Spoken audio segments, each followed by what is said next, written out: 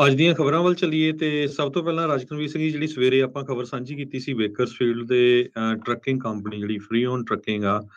ਜਿਨ੍ਹਾਂ ਦੇ 770 ਦੇ ਕਰੀਬ ਯੂਨਿਟ ਸੀ ਸੇਫਰ ਜੋ ਰਿਪੋਰਟ ਆ ਗੂਗਲ ਤੇ ਸਰਚ ਕਰਕੇ ਉਹ ਤੋਂ ਪਤਾ ਲੱਗਦਾ ਉਹਨਾਂ ਨੇ ਬੈਂਕਰਪਸੀ ਫਾਈਲ ਕਰਤੀ ਸੀ ਪਿਛਲੇ ਹਫਤੇ ਤੇ ਉਹਨਾਂ ਨੇ ਅਸੀਂ ਇਹ ਜਿਹੜੀ ਨਿਊਜ਼ ਆ ਹੋਰ ਸਾਰੇ ਬਹੁਤ ਸਾਰੇ ਟੀਵੀ ਨਿਊਜ਼ਪੇਪਰਸ ਨੇ ਕਵਰ ਕੀਤੀ ਸੀ ਐਗਜ਼ੈਕਟਲੀ ਆਪਾਂ ਕਵਰ ਕੀਤੀ ਸੇਮ ਜੀ ਤੇ ਬਹੁਤ ਸਾਰੇ ਲੋਕਾਂ ਨੇ ਕਮੈਂਟ ਵੀ ਪਾਏ ਵੀ ਨਹੀਂ ਜੀ ਜਿਨ੍ਹਾਂ ਦੇ ਪੈਸੇ ਮਰੇ ਆ ਉਹ ਮਰ ਨਹੀਂ ਸਕਦੇ ਚੈਪਟਰ 11 ਦੇ ਵਿੱਚ ਉਹਦੇ ਬਾਰੇ ਡਿਟੇਲ ਚ ਆਉਣ ਵਾਲੇ ਦਿਨਾਂ ਚ ਵੀ ਆਪਾਂ ਡਿਸਕਸ ਕਰਾਂਗੇ ਤਾਂ ਕਿ ਆਪਣੇ ਭੈਣ ਭਰਾ ਦਾ ਕਿਸੇ ਦਾ ਨੁਕਸਾਨ ਨਾ ਹੋਵੇ ਪਰ ਉਹਨਾਂ ਨੇ ਜੋ ਕੰਪਨੀ ਦੇ ਮਾਲਕ ਆ ਸੋਮਵਾਰ ਨੂੰ ਕਿਹਾ ਸੀ ਵੀ ਸੋਮਵਾਰ ਤਾਈਂ ਅਸੀਂ ਸਾਰਿਆਂ ਦੀਆਂ ਤਨਖਾਹਾਂ ਦੇ ਦੇਵਾਂਗੇ ਜਦੋਂ ਨਹੀਂ ਤਨਖਾਹਾਂ ਦਿੱਤੀਆਂ ਗਈਆਂ ਫਿਰ ਉਹ ਪ੍ਰੋਟੈਸਟ ਕਰਨ ਗਏ ਵੱਡੀ ਗਿਣਤੀ ਚ ਸੀਗੇ ਉੱਥੇ ਚਾਹੇ ਉਹ ਸਪੈਨਿਸ਼ ਮੂਲ ਦੇ ਸੀ ਚਾਹੇ ਉਹ ਪੰਜਾਬੀ ਮੂਲ ਦੇ ਸੀ ਜੀ ਜੋ ਕੱਲਾ ਪੰਜਾਬੀ ਰੇਡੀਓ ਯੂਐਸਏ ਨੇ ਨਹੀਂ ਉਹ ਕਵਰ ਕੀਤਾ ਬਹੁਤ ਸਾਰੇ ਜੋ ਸਪੈਨਿਸ਼ ਮੂਲ ਦੇ TV station radio station English ਮੂਲ ਦੇ ਉਹਨਾਂ ਨੇ ਲੋਕਲ ਜੋ ਆ ਕਵਰ ਕੀਤਾ ਹੈਗਾ ਸੋ ਥੋੜੀ ਅਪਡੇਟ ਕਰਦੇ ਜਾਈਏ ਸੀਡੀਐਲ ਲਾਈਫ ਮੈਗਜ਼ੀਨ ਦੇ ਮੁਤਾਬਕ ਕਈ ਡਰਾਈਵਰਸ ਜਿਨ੍ਹਾਂ ਦੀ 16 ਹਜ਼ਾਰ ਡਾਲਰ ਤੋਂ ਵੱਧ ਪੈਸੇ ਇਹ ਕੰਪਨੀ ਉਹ ਕਰਦੀ ਹੈਗੀ ਆ ਹੁਣ ਆਈਏ ਚੈਪਟਰ 11 ਨਾਲ ਚੈਪਟਰ 11 ਉਹਨਾਂ ਨੇ ਪਿਛਲੇ ਹਫਤੇ ਫਾਈਲ ਕੀਤਾ ਸੀ 8 ਤੇ ਨਵੰਬਰ ਨੂੰ ਜੀ ਵਕੀਲਾਂ ਨੂੰ 55 ਹਜ਼ਾਰ ਡਾਲਰ ਦੇ ਕਰੀਬ ਰੀਟੇਨਰ ਵੀ ਦਿੱਤਾ ਹੈ ਉਹਨਾਂ ਨੇ ਸੋ ਚੈਪਟਰ 11 ਬਾਰੇ ਸਰੋਤਿਆਂ ਨੂੰ ਦੱਸਦੀ ਜਾਈਏ ਖਾਸ ਕਰਕੇ ਜਿਹੜੇ ਇਫੈਕਟ ਹੋਏ ਆ ਕਹਿੰਦੇ ਵੀ ਤਨਖਾਹਾਂ ਉਹਨਾਂ ਨੂੰ ਦੇਣੀਆਂ ਪੈਣੀਆਂ ਪਰ ਜੇ ਤੁਸੀਂ ਰੌਲਾ ਪਾਓਗੇ ਕੁਝ ਨਹੀਂ ਹੋਣਾ ਵਕੀਲ ਹਾਇਰ ਕਰਕੇ ਜਿਹੜੀ ਕੋਰਟ 'ਚ ਫਾਈਲ ਕੀਤਾ ਹੈਗਾ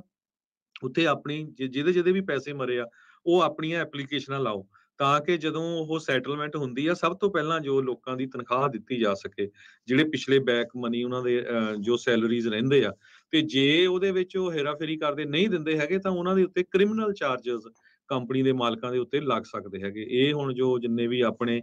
ਡਰਾਈਵਰਸ ਹੈਗੇ ਆ ਚਾਹੇ ਉਹ ਸਪੈਨਿਸ਼ ਮੂਲ ਦੇ ਸੀ ਪੰਜਾਬੀ ਸੀ ਕੰਪਨੀ ਵੀ ਪੰਜਾਬੀਆਂ ਦੀ ਸੀ ਵੱਡੀ ਗਿਣਤੀ 'ਚ ਕੰਮ ਕਰਦੇ ਸੀ ਤੇ ਉਹਨਾਂ ਨੂੰ ਇਹ ਸਾਰਾ ਕੁਝ ਕਰਨਾ ਪੈਣਾ ਹੈਗਾ ਜੀ ਬਿਲਕੁਲ ਸੋ ਜਿੰਨੇ ਵੀ ਕ੍ਰੈਡੀਟਰਸ ਹੁੰਦੇ ਆ ਜਿਨ੍ਹਾਂ ਦੇ ਉੱਤੇ ਜਿਨ੍ਹਾਂ ਦੇ ਵੀ ਪੈਸੇ ਚਾਹੀਦੇ ਹੁੰਦੇ ਆ ਫਿਰ ਜਦੋਂ ਬੈਂਕਰਪਸੀ ਹੁੰਦੀ ਆ ਜੇ ਐਸਟ ਉਸਟ ਉਹਨਾਂ ਦੇ ਵੇਚੇ ਜਾਂਦੇ ਆ ਜਾਂ ਜਿੱਦਾਂ ਵੀ ਕੀਤਾ ਜਾਂਦਾ ਆ ਫਿਰ ਉਹਦੇ ਹਿਸਾਬ ਦੇ ਨਾਲ ਜਿਹਦਾ ਜਿੰਨਾ ਵੱਡਾ ਸਟੇਕ ਆ ਉਹਨੂੰ ਉਹਦੇ ਹਿਸਾਬ ਦੇ ਨਾਲ ਫਿਰ ਰਾਸ਼ੀ ਜਿਹੜੀ ਆ ਉਹ ਮਿਲਦੀ ਜਾਂਦੀ ਆ ਬਹੁਤ ਵਾਰੀ ਬੈਂਕਰਪਸੀ 'ਚ ਕਈ ਵਾਰੀ ਰਹਿ ਜਾਂਦੇ ਆ ਜੇ ਤੁਹਾਡਾ ਉਸ ਲਿਸਟ ਦੇ ਵਿੱਚ ਨਾਮ ਨਾ ਹੋਵੇ ਸੋ ਡਰਾਈਵਰਸ ਨੇ ਇਸੇ ਕਰਕੇ ਹੀ ਜਿਹੜਾ ਉੱਥੇ ਪ੍ਰਦਰਸ਼ਨ ਵੀ ਕੀਤਾ ਉੱਥੇ ਦੇ ਲੋਕਲ ਜਿਹੜੇ ਟੀਵੀ ਚੈਨਲ ਆ ਉਹਨਾਂ ਨੇ ਵੀ ਉਸ ਨੂੰ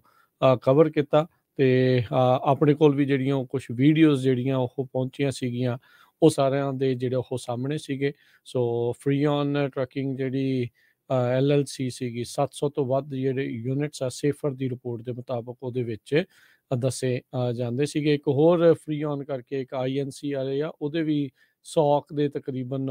ਜਿਹੜੇ ਆ ਉਹਦੇ ਵੀ ਯੂਨਿਟਸ ਜਿਹੜੇ ਉਹ ਦੱਸੇ